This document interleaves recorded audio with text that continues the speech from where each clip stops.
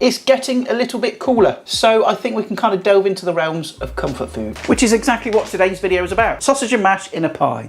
Your bangers. Proper King Charles fingers there. First thing we need to do is brown them. I'm gonna add a little splash of oil and get those sausages in the pan. And spend a good 10 minutes getting some nice colour on the sausages. And whilst that's happening, you can peel and slice your onions. And then on that nice low heat, in with your onions. And nice and gently, we're going to caramelise these onions. I've done a video on this before, but I'm going to show you how to make the perfect, delicious mash. Once your spuds are peeled, cut them in half, cut them in quarters. Depends how big they are, really. Rinse them off, and then put them into a pan of cold water. Add a pinch of salt, bring the pan to a boil, and then simmer them gently for about 10 to 15 minutes until the spud is cooked through. Drain them off into a sieve or colander, and leave them for a couple of minutes so that excess steam evaporates, and then pass them through that ricer into a bowl. Then add some white pepper, a bit more salt if it needs it, butter, and then some milk. Mix that all together till you've got a nice, perfect, lovely, delicious, creamy mash.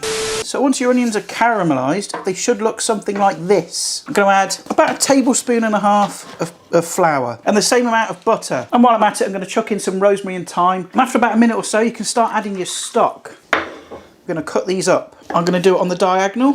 Why? Because it's fancy. Then lob your sausages in, bay leaf, a nice big pinch of black pepper, and a good few lugs of Worcester sauce. So get it into a nice sort of pie dish of your choosing. And once your filling is nicely cooled down, we can add our mash. I don't think it would be right and proper if we didn't add a metric fuck ton of cheese. And then whack this bad boy in there for 20 to 30 minutes. And there it is, the finished sausage and mash pie.